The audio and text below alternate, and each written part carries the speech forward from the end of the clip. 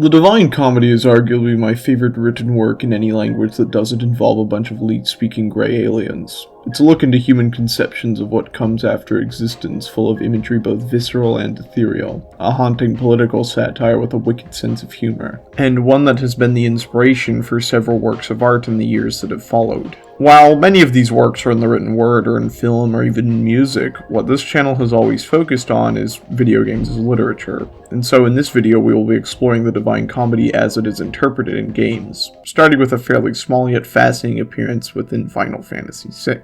Final Fantasy VI is a complicated game with a lot of discussion within it, much of which centering Japan's faith and belief systems. While the game initially seems like it mourns the loss of spirituality that has occurred in the years following World War II, seeing as how melancholic it is about the loss of magical power 1,000 years prior to the game's events, it ultimately ends up framing that spirituality as a dread and destructive weapon, one that needs to be totally removed from the picture if there's any hope for a new future. During the final confrontation with the final boss, the nihilist clown Kefka, who holds no hope for the world and would only see it destroyed. The first three phases of his boss fight represent each section of the Divine Comedy's text: Inferno, Purgatorio, and Paradiso. Both works' politics fixate on religion and both show the contradictions and the negative toll it has on the world around it, so its placement here is fitting. It's also fitting in how it's ultimately Kefka's mockery of the world itself. Even the heavens and some of the most evocative imagery from Paradiso, like the celestial mechanics of the universe, are not free from his endless, desperate wrath. Kefka puts himself in the place of both the Virgin Mary and Jesus, the sinners on the mountain of Purgatorio, and even in the place of Satan himself. He sees himself as occupying all four of those roles. He is the betrayer, having turned his back on existence and plunging it into destruction. He is the eternally wandering sinner, his existential dread preventing him from ever truly redeeming himself. He is the Virgin Mother, having created the chaotic and dying world that the game's planet was shaped into under his hand all on his own. He is the Son of God, in that he was the chosen first Magitech Knight, and that he ushered in the Rapture. It's the final form he assumes, however, that's the most mocking, a true defilement of what Dante wrote. In the final phase of his boss fight, which is representative of the moment in the Divine Comedy where Dante meets God and learns that the true meaning of life is the infinite love that binds all the forces in the universe together, Kefka descends from the heavens in a faux godlike form and declares that life has no meaning, has no purpose. There's only void. This inversion of the ending of the original text is the peak of this game's response to the Divine Comedy, how Kefka cunningly smears the ideas presented within the beautiful prose. It's his final jest, the final act in his performance that exists within the superposition of irony and sincerity. It's this profane mockery that still makes Kefka the best Final Fantasy boss fight to this day. There's nothing like experiencing that mad dance into hell and up through purgatory to achieve heaven for the first time, all backed by Nobuo Uematsu's excellent prog rock opera scoring. Final Fantasy VI isn't what people typically think of when discussing the Divine Comedy's presence in video games. After all, its influences on that game, aside from that ending, are fairly sparse, and we see this a lot throughout the medium. Even within the Final Fantasy series itself, another game that makes direct literary reference to the events of Dante's work, it has it in fairly sparse amounts. That game is Final Fantasy IV. The four fiends, major antagonists within the game, are named for four members of the Malebranche, a group of 8 demons in Inferno who guard the 5th Bolgia, or ditch, of the 8th Circle of Hell. In turn, within the game, they often guard locations of great importance in the name of the game's main antagonist, Golbez. Scarmiglione guards the mountain the main character, Cecil, climbs to receive his Christly redemption and transformation from Shadow Knight to Holy Paladin. Cognazzo both kills and takes the place of the king Cecil was raised by and rules in his stead, also fulfilling that these demons within the Divine Comedy were all likely named for politicians who Dante was critical of in a bit of satire. Barbariccia guards the Tower of Zot, which is Golbez's otherworldly base of operations for a time. And Rubicante guards the Tower of Babel, which as a location within the text has its own host of biblical implications outside the scope of this video, but for the purposes of this discussion is the ultimate weapon that Golbez has seen fit to unleash on the world of the game. These four fiends, much like the Malebranche, prevent trespassers from entering these critical points, though they're an antagonistic force here, whereas the Malebranche of the Divine Comedy are helpful to the main character. It's an interesting small connection, one that is typically how the Divine Comedy appears within games. Wild Arms 2 is another example, has something nearly identical, with demons from the Inferno informing the names of minor villains. Despite the grand majority of the Divine Comedy's influence on the medium being minimal parts of larger tapestries, there are a few games where a lot of their identity derives from the Divine Comedy. There's even a game that wholly claims to be an adaptation of the Divine Comedy's first segment, Dante's Inferno, for the PlayStation 3. While that game has been widely panned in discussion, and rightfully so in all cases, it has more of an understanding of the Divine Comedy as a text than a lot of people. While the Divine Comedy is almost certainly a beautifully written work with a lot of interesting things to say, it's also often crass and pulpy, particularly within the section that this game claims to be adapting. It certainly has some uniquely reactionary tendencies, such as the intensely chauvinistic fixation on objectifying women's bodies, which, while obviously present in the original Divine Comedy, because there's not a single work where it really isn't, is much more emphasized here.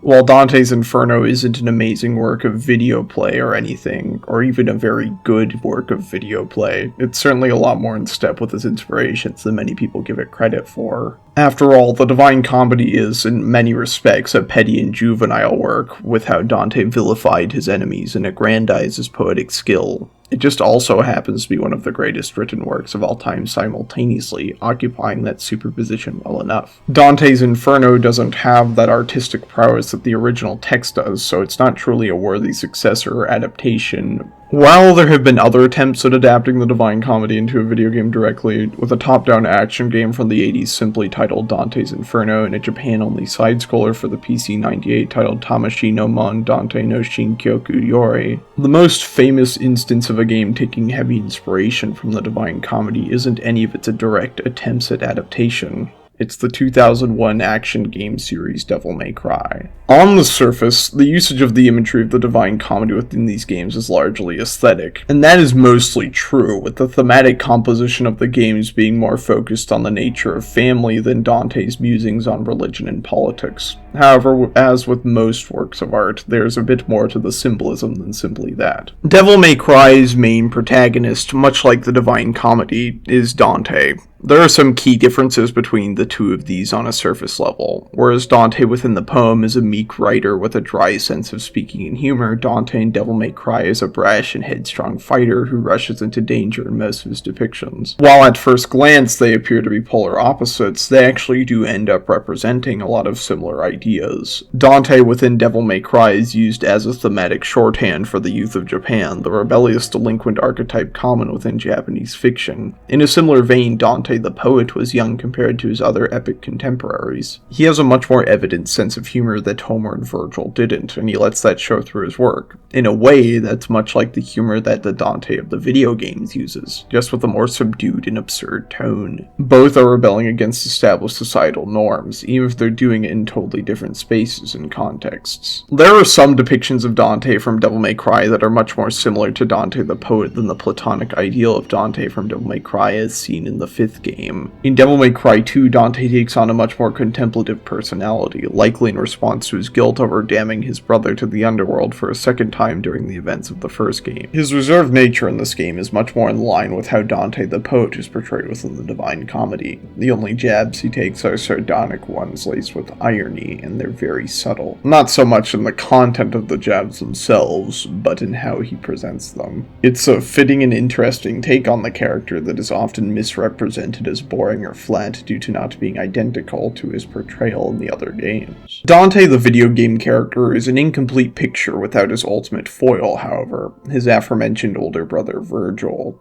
Based on Dante's guide throughout the 9 hells and up the mountain of Purgatorio, who in turn is based on the historical Roman poet who preceded Dante by a few centuries, it's only natural that the one who Dante the poet looks up to throughout the text and sees as a guiding mentor to his work, to the point that a lot of the ideas present in the Inferno section of the Divine Comedy are lifted directly from the Aeneid, would be an older brother figure to Dante in the video games. One arguably more skilled than Dante, but also more trapped within tradition.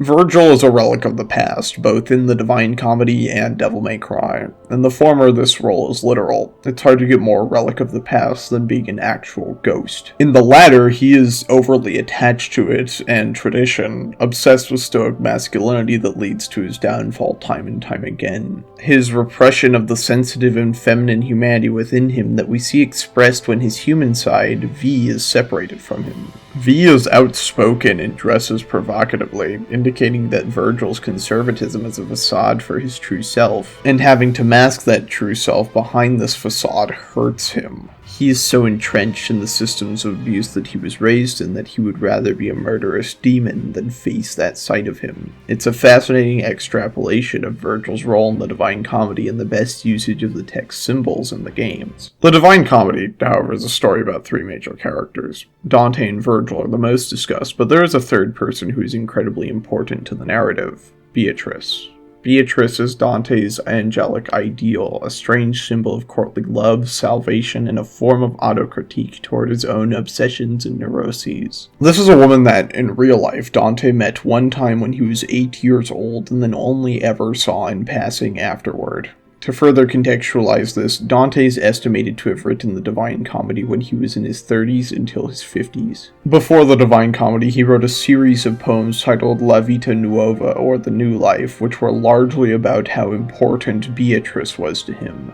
Beatrice is a symbol of romantic obsession over someone Dante had been removed from for years. And the Divine Comedy deconstructs that through her becoming a person he actually has to interact with in the text. This is all very interesting on its own. It's almost as if the Divine Comedy is one of the greatest works of fiction of all time or something. But the way it interplays with Devil May Cry is also fairly intriguing. Beatrice isn't directly named within the Devil May Cry games. There is, however, a character by the name of Trish who appears throughout the series, which can be taken as short for Beatrice. Trish's most prominent role is in the first game in the series, which doubles as being a fairly bizarre one. Fitting to Beatrice's relationship to Dante Alighieri, Trish is concerned with the idea of salvation or redemption so much of Christian theology is based around. However, unlike Beatrice, Trish isn't the savior, Dante is. This is a strange twist on the narrative that centers Dante far more than he should be centered, making what was once an imposing holy figure of salvation into a demure woman who exists to be rescued by a man. While the Divine Comedy certainly is still an overtly misogynistic text, it was made in a misogynistic society, as all art is, so it inherently has those tendencies. This adaptation of Beatrice's character is even more misogynistic. She's no longer an attempted and autocritical symbol, but a passive nurturer that reinforces Dante's savior complex he gained after he accidentally damned Virgil the first time years prior. Any pretense of her being a powerful actor within the narrative is simply aesthetic. In any game Trish is in, she appears to fight alongside Dante, but is never truly depicted doing so in any meaningful way. She is never given agency or any particular focus. The most she does is as a hidden playable character in the second and fourth games that many will never even see. And even then, she still retreads Dante's levels. It doesn't help this entire issue that Trish looks identical to Dante's mother, furthering this narrative of her being simply a nurturer. However, that particular aspect of her has some elements of interest to it in spite of the amplified misogyny. After all, the fact that she looks like Dante's mother is in many ways similar to Beatrice in the Divine Comedy. Video game Dante's mother died when he was very young. Trish looks exactly like his mother, as she is a demon created for the sole purpose of leading Dante astray. The act of malice from Trish's side, this is similar to Beatrice. This is someone in Dante's life who he has only ever engaged with as an idea finally personified. She's a strange shade who forces him to change his preconceptions of someone who only ever existed in his mind, as Beatrice was to Dante Alighieri. These are where the characters directly named after concepts in the Divine Comedy end. However, there is some imagery in Devil May Cry 3 that resembles the climb up Mount Purgatorio, the journey through Temenigu, the tower that the game centers around. With that being said, like most of Devil May Cry, that particular narrative is much more about familial bonds than anything present within the Divine Comedy, so it is a solely aesthetic connection. In spite of most of the inspiration being simply the gothic art direction, within the core cast of characters introduced in the first Devil May Cry game, there is a conversation being had with the Divine Comedy comedy, even if that is lost some as the series goes on. It is, at the end of the day, not the focus of the games, regardless of how much it is unintentionally featured in them. The Divine Comedy is one of the greatest written works of all time, and it's only natural that both the amount of time it has existed and the complexity of its discussion has had a level of influence over so many works of art that followed it. Despite all the games that have taken from it, however, there hasn't really been one that seems to build on it substantially while still setting itself as its own entity. The closest being Final Fantasy VI's take on it with the Kefka fight. Disparate references, average adaptations, and aestheticism with some discourse are all that the work seems to have inspired. But certainly someday, it will inspire a video game that's willing to engage with its ideas in full. This has been Arcagent Everlasting, and Hideki Kamiya is the soy jack burning in hell, signing off. Thank you for watching.